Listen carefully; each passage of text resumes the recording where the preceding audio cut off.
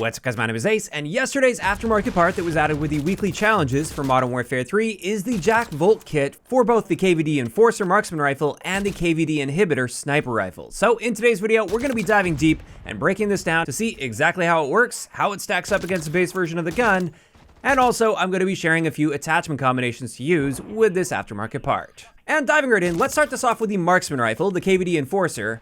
And with this aftermarket part, what it does is it converts the gun from semi-auto to a 2-round burst. So let's first compare our rate of fire values. With the base gun, our rate of fire is 231 rounds per minute with the KVD Enforcer, which gives us a 2-shot time to kill at 260 milliseconds, which is pretty solid. And then we have a 3-shot time to kill at 520 milliseconds. Keeping in mind, we can maintain a 2-shot kill potential at any range if you're hitting the upper torso or arms, but if you shoot them in the lower torso or legs, that's where that 3-shot time to kill comes in. And since we're talking multipliers right now, I just want to point out our damage values and our body multiplier values are identical between the kit and the base gun.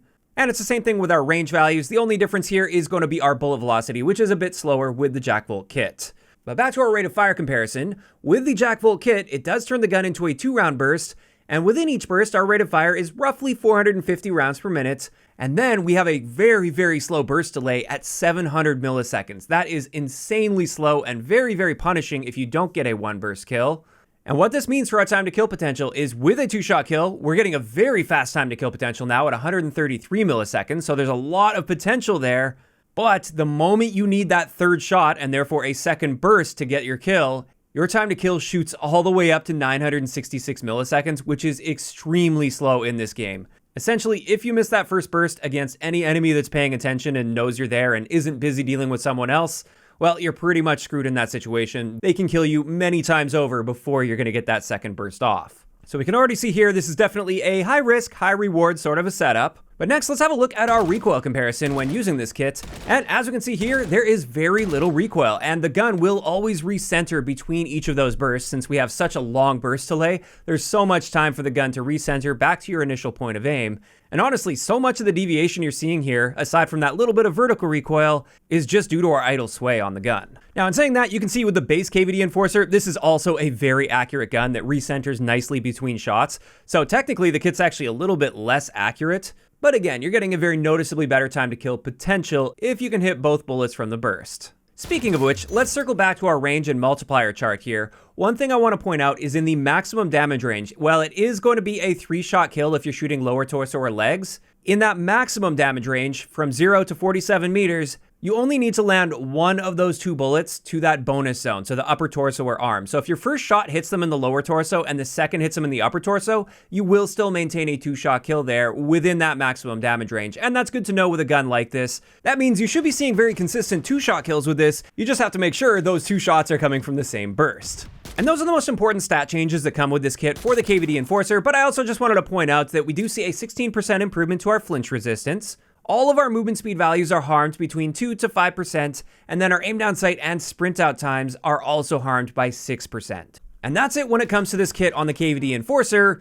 However, we can also use this on the KVD Inhibitor, which is the sniper rifle in this platform. So let's have a look at the stats on that, keeping in mind that we see the same general behaviors, we just see some very slightly different numbers here. So we once again see the exact same damage profile and range profile as the base version of the gun. And this means with the KVD Inhibitor, it's always going to be a 1-shot kill anywhere to the upper torso and arms, all the way out to about 48 meters, which is great by default, so you don't even really need a 2-round burst. You can just 1-shot them with the base gun. Also, we do see that slight reduction to our bullet velocity. And now let's get into our rate of fire comparison, because this is where we see a bit of a difference compared to the KVD Enforcer.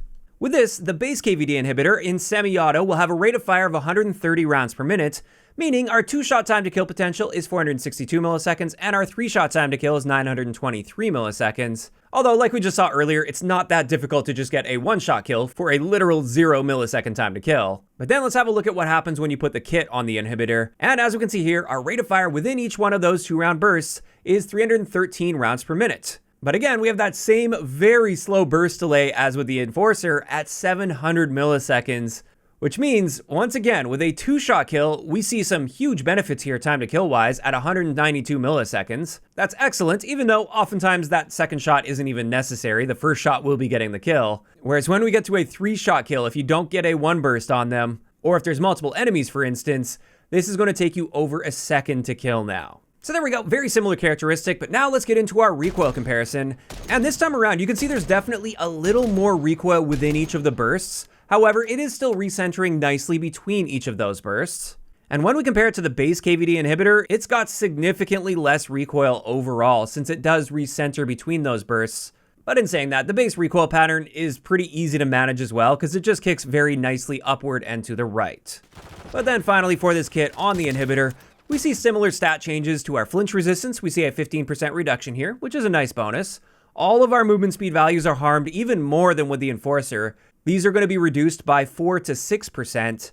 And then when it comes to our aim down sight and sprint out times, these are also reduced by 6%, just like we saw with the Enforcer. And there we go. That's going to wrap it up for our comparisons when using this kit on both the Enforcer and the Inhibitor. And I've got to say, when it comes to the Marksman Rifle, the KVD Enforcer, this kit isn't completely useless. It's not completely non-viable. You may want to try it out for a change of pace and a little bit of an additional challenge. But at the end of the day, I just find the base version of this gun to be far more consistent. If you don't get that one burst kill, you're pretty much screwed more often than not.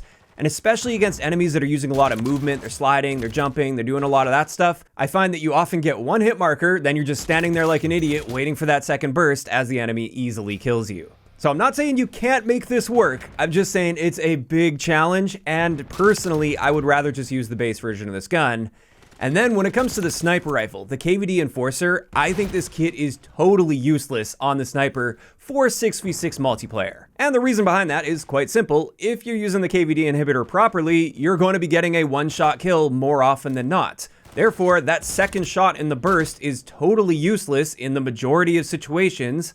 And then you're stuck waiting for that really long burst delay, when you could just not have that burst delay, still get your one-shot kill against most enemies, and have that follow-up shot where you have full control over that follow-up shot significantly sooner than having to wait for that burst delay. So for the sniper, I'm sure it's probably good in something like Warzone where you have armor plates on, but for 6v6 multiplayer at 100 HP, I really don't see any reason to use this kit on the KVD inhibitor. And with that out of the way, let's get into a couple class setups that I threw together for you guys for the Volkh. And the first one is at least somewhat viable. This is on the KVD Enforcer, and with this setup, I'm using the Scratch 20L suppressor to stay off the radar, and this helps with firing aim stability, which is nice for a gun like this. We have the SL Skeletal Vertical Underbarrel, partially to help a bit with that vertical recoil, but honestly, this is more so for the handling benefits. We're also using the 1mW PEC laser, which is going to help a bit with aiming stability without being a visible laser, and then I top this off with the Corio Eagle's Eye 2.5x optic. And with this one, our aim down sight speed is just fine for a gun like this at 256 milliseconds. Our sprint out time's a bit on the slow side, but it's still manageable at 298 milliseconds. Our bullet velocity is a little bit reduced over the base at 736 meters per second. Our flinch resistance is slightly improved, and of course we are staying off the radar with this one. And as far as using this new kit goes, this is my favorite build to use so far. You could also swap that optic out for whatever one you're comfortable with. I just like that Eagle's Eye on this. As for the second setup, if you really insist on using the Volkh kit on the KVD inhibitor, which I wouldn't recommend, I honestly think the base KVD inhibitor is so much better than the kit when we're talking about 6v6 multiplayer. But here's a setup I threw together for you guys if you insist on it. With this, we're using the Cast 10 584mm barrel, the SL Skeletal Vertical Underbarrel, the Schlager PEC Box 4, and once again that Corio Eagle's Eye 2.5x optic, which I think is just nicely suited to this setup. And with this, we've actually got a nicely improved aim down sight speed over the base. Our sprint out time isn't great, but it doesn't matter that much since it's so much slower than our aim down sight time. Our bullet velocity is actually improved with this setup at 875 meters per second. Flinch resistance is improved a little bit, and our range value is also very nicely improved at 27%, which makes for a very usable build if you really want to use this kit on this gun, which is totally unnecessary. And with that, that is going to wrap it up for today's breakdown on the brand new JAK Volkh kit. And this is where I'm curious to hear from you guys in those comments down below. How are you feeling about this kit on both the KVD Enforcer as well as the KVD Inhibitor? Are you guys generally enjoying this kit or not so much? If you enjoyed this one, a like rating is always appreciated, and don't forget to subscribe for more if you haven't already. I'll talk to you guys next time.